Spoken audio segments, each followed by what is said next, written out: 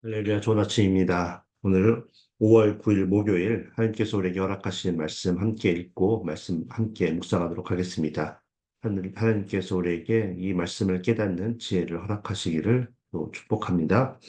오늘 말씀은 열왕기상 15장 1절에서 8절까지 말씀입니다. 열왕기상 15장 1절에서 8절 말씀 제가 대신하여 봉독해 올리겠습니다. 느바세 아들 여로보암 왕 18째 해에 아비암이 유다 왕이 되고 예루살렘에서 3년 동안 다스리니라. 그의 어머니의 이름은 마아가요 아비살롬의 딸이더라. 아비암이 그의 아버지가 이미 행한 모든 죄를 행하고 그의 마음이 그의 조상 다윗의 마음과 같지 아니하여 그의 하나님 여호와 앞에 온전하지 못하였으나 그의 하나님 여호와께서 다윗을 위하여 예루살렘에서 그에게 등불을 주시되 그의 아들을 세워 뒤를 잇게 하사 예루살렘을 견고하게 하셨으니 이는 다윗이 햇사람 우리아의 일 외에는 평생의 여호와 보시기에 정직하게 행하고 자기에게 명령하신 모든 일을 어기지 아니하였음이라. 로보암과 여로보암 사이에 사는 날 동안 전쟁이 있었더니 아비암과 여로보암 사이에도 전쟁이 있으니라. 아비암의 남은 사적과 그 행한 모든 일은 유다 왕 역대 지략에 기록되지 아니하였느냐. 아비암이 그의 조상들과 함께 자니 다윗성에 장사되고 그 아들 아사가 대신하여 왕하니라. 아멘. 이는 살아계신 하나님의 말씀입니다. 여러분 혹시 풍우가 치는 밤에 갑자기 전기가 끊어져서 칠흑 같은 어둠을 혹시 경험을 해본 적이 있으신가요? 저는 한국에서는 그런 경험을 해본 적이 없는데 오히려 강대국 미국에서는 그런 경험을 해본 적이 있습니다. 날씨 때문에 나무가 쓰러지면서 전기줄이 끊어지는 신기한 일이 미국에서는 종종 일어나는 것이죠. 그런 날은 장대비를 쏟아붓는 아주 먹구름 때문에 한참 시간이 지나도 눈이 금세 적응을 하지 못해서 한참을 어둠 가운데서 막막하게 그렇게 있어야만 할 때가 있었습니다. 물론 항상 우리가 함께하고 있는 이 친한 친구 스마트폰에 플래시를 켜면 금방 문제는 해결이 될 수 있습니다. 그런데 오늘 본문에 나오는 주인공 아비아백에는 어둠을 해결해 줄 스마트폰과 같은 그런 동반자가 누구인 지를 처음에는 알고 있었지만 나중에는 끝내 그가 누구인지를 잊었던 모양입니다. 그래서 아비함의 이야기를 읽는 내내 이스라엘 땅을 덮고 있는 짙은 어둠이 계속해서 느껴집니다. 앞서 솔로몬의 죄로 인해서 남북으로 갈라진 후에 북이스라엘은 거짓 선지자들과 하나님을 배반한 왕들로 인해서 우상 숭배와 같은 악의 구름 먹구름이 온 나라를 덮고 있었던 것을 우리가 함께 묵상해 보았습니다. 그러면 다윗의 후손인 남유다는 조금 나을 것이라고 생각을 할 수 있겠지만 어제 말씀을 함께 살펴봐서 아시겠지만 솔로몬의 아들 르호보암이 악으로 인해서 하나님께서 심히 노하심을 갖게 되었고 그로 인해 애굽의 왕 시삭의 침략으로 솔로몬 왕궁과 예루살렘의 성전의 보물과 그 말이 많았던 금방패들을 모두 빼앗기는 참담한 그런 상황을 우리가 살펴보게 되었습니다. 그러면 이제 깨닫고 하나님께 돌아와야만 했었지만 결국 그러지 못하고 형제국이었던 북이스라엘과 끊임없이 전쟁을 하며 결국 그의 아들 아비암에게 왕권을 물려주고 그 어둠 속에서 죽음을 맞이하게 됩니다. 자, 그럼 아버지의 모습을 본 아들 아비암은 이제 어떤 모습을 보여주고 있을까요? 아비암의 통치 기간이 불과 3년 정도인 것에 비해서 그의 정치적 업적은 사실은 매우 뛰어난 것이었습니다. 역대하 13장을 보면 아비암이 40만의 군대를 데리고 북쪽으로 이제 가서 북이스라엘의 여로보암의 군대 80만 명과 싸움을 하게 됩니다. 그런데 그때 아비암은 여로보암의 군대 50만 명을 죽이면서 대승하여 빼앗겼던 그 땅을 이렇게 되찾아오는 업적을 세웁니다. 그러나 문제는 아비암의 그런 정치적, 군사적 승리가 캄캄한 어둠 속에 갇혀 있던 남유다의 문제를 해결해 주지는 못했다라는 것입니다. 오늘 본문 7절에 보면 로보암과 여로보암 사이에 전쟁이 계속해서 있었던 것을 우리가 볼 수 있고요. 또 아비암의 통치 기간에도 그 그와 같이 그 아버지가 했던 것과 같이 그렇게 여로보암과 계속해서 싸움이 일어나고 있었던 것을 우리가 발견하게 됩니다. 또 3절에 보면 아비암의 그의 아버지 르호보암이 이미 행한 모든 죄를 그대로 그 아들인 아비암이 똑같이 답습하여 행하고 있었다라고 말해줍니다. 그것 때문에 하나님 여호와 앞에 온전하지 못하였다라고 말해주고 있는 것이죠. 그러니까 우리가 죄로 인하여 한 치 앞도 못 보는 어둠 가운데서 헤매고 있을 때 우리가 세상적인 그런 성공이나 그런 업적으로 인해서 그 문제가 해결될 수 없다라는 것을 우리가 명심해야 합니다.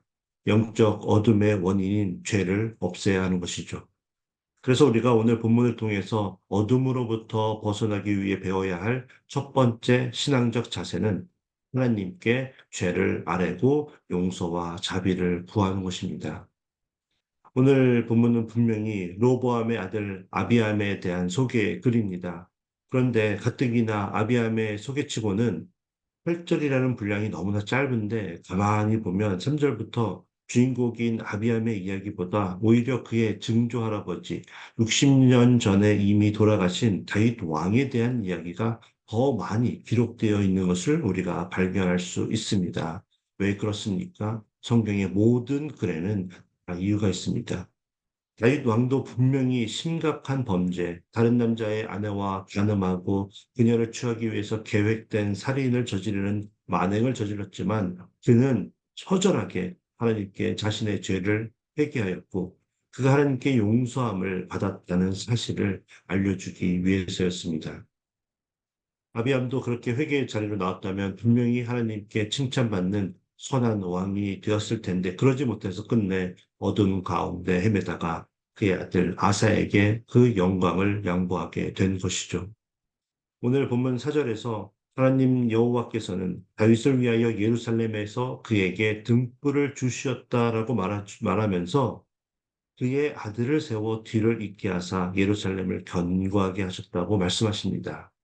그리고 그 이유를 5절에서 그가 햇사람 우리아의 일, 즉 우리아의 아내 바세바를 취하고 이를 위해서 우리아를 전장의 맨 앞에 일부러 세워 죽이게 한 일 외에는 평생에 여호와 보시기에 정직하게 행하고 자기에게 명령하신 모든 일을 어기지 않았기 때문이라고 지금 일부러 말하고 있는 것입니다.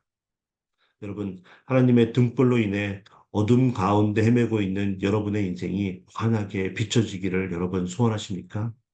그렇다면 이제 어둠을 헤쳐나가기 위해서 세상적인 그런 방법들을 시도하는 것을 멈추시기 바랍니다. 세상적 성공은 결코 우리의 영적 어둠을 환하게 비춰주지 못합니다. 조금 더 좋은 것을 입고 먹고 마시면 행복해질 것 같지만 죄의 사슬을 끊어내지 못하면 그 사슬에 묶임 바 되어 느껴야 할 그 불편함에서는 벗어날 수가 없는 것입니다. 우리의 인생의 등불이 되시는 하나님께 회개로 나와서 거룩하신 하나님의 빛 가운데 우리가 노출되는 것이 우리의 인생을 가득 덮고 있는 먹구름을 물러나게 할 수 있는 유일한 길임을 여러분 믿으시기 바랍니다. 자, 그런데 우리가 꼭 명심해야 할 것이 또 한 가지가 있습니다. 그것은 우리가 예수 그리스도의 십자가의 은혜로 말미암아 죄 용서함을 받았지만 우리의 죄로 인해 예수님께서는 아무런 죄가 없었음에도 불구하고 우리의 죄값을 대신하여 치르기 위해 십자가에서 죽으셨다는 사실입니다. 죄 용서함의 대가가 반드시 존재한다라는 것입니다.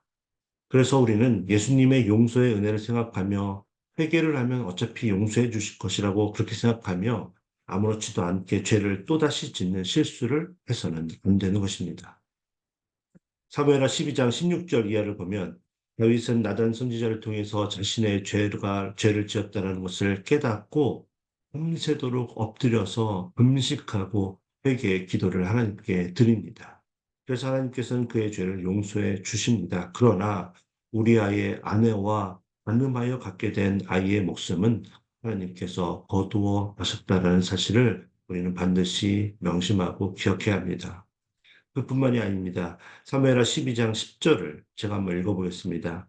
이제 내가 나를 업신여기고 햇사람 우리아의 아내를 빼앗아 내 아내로 삼았은즉 칼이 내 집에서 영원토록 떠나지 아니하리라 하셨고 다윗의 죄로 인해서 그 집에 칼이 영원토록 떠나지 않게 되는 죄값을 치러야만 했는데 그것이 무슨 뜻이냐면 형제국인 북이스라엘과 계속해서 서로 죽이는 그 전쟁이 끊이지 않게 된 것입니다. 그리고 사무엘하 12장 11절과 12절에 보면 너의 눈앞에서 너의 아내를 빼앗아 너의 이웃들에게 주리니 그 사람들이 너의 아내들과 더불어 백주 대낮에 동침하게 될 것이라고 그렇게 말씀하는 기록이 되어 있습니다.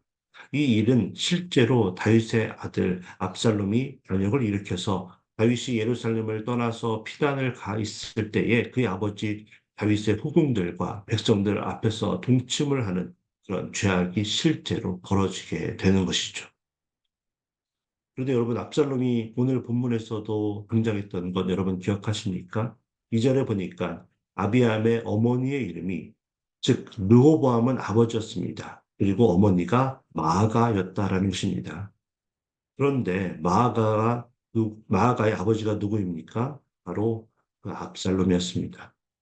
역대하 11장 21절과 22절을 보면 이 내용이 보다 자세하게 기록이 되어 있습니다.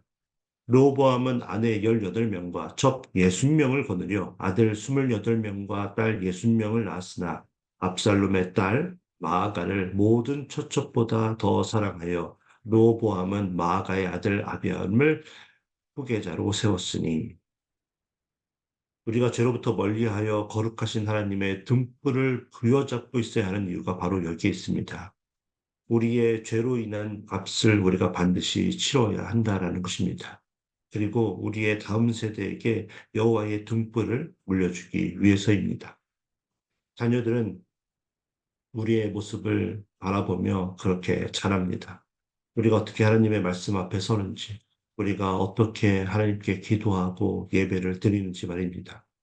우리가 캄캄한 어둠 가운데 놓이게 되면 요동치 않고 태연하게 하나님께 그 도움을 구하고 구하면서 그 어둠을 헤쳐나오는지를 우리 아이들이 보고 중에 우리 아이들에게 그 어둠 가운데 놓이게 되는 일이 발생했을 때 우리가 했던 것 같이 하나님을 의지하고 그곳에서 빠져나올 수 있게 된다는 것입니다. 그래서 우리는 우리의 자녀들을 위해서 예수 그리스도만이 우리의 인생의 등불이라는 사실을 진정으로 믿고 그 믿음을 가지고 주님과 동행하는 삶을 살아내야 합니다. 이것이 우리가 오늘 본문을 통해 깨달아야 할 두 번째 먹구름을 없앨 수 있는 그냥 진리 중의 진리의 말씀입니다. 자, 그런데 왜 하나님께서 사절에서 다윗을 위하여 예루살렘에서 그에게 등불을 주시되 그의 아들을 세워 뒤를 잇게 하사 예루살렘을 견고하게 하셨다라는 이 말씀을 가지고 제가 왜 예수 그리스도만이 우리의 진정한 등불이 된다고 말씀을 드리고 있는 것일까요? 자신의 죄로 인해서 다윗은 그렇게 그의 죄값을 치러야만 했지만 그가 진정한 마음으로 회개하였기 때문에 하나님께서는 동시에 그에게 놀라운 축복의 약속을 주셨다는 것을 우리가 또 기억해야 합니다.